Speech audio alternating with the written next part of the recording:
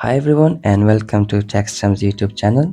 In this video, I'll show you how to enable LED flash for alerts on iPhone 14, 14 Pro and 14 Pro Max.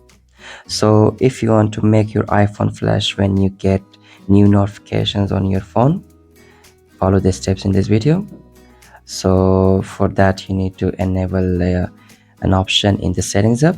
So for that, go to settings app, then scroll down, tap on accessibility. Here scroll down and under hearing tap on audio and visual, and here scroll down, tap on LED flash for alerts under visual.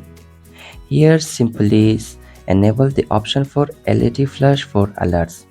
Now it is enabled on your iPhone.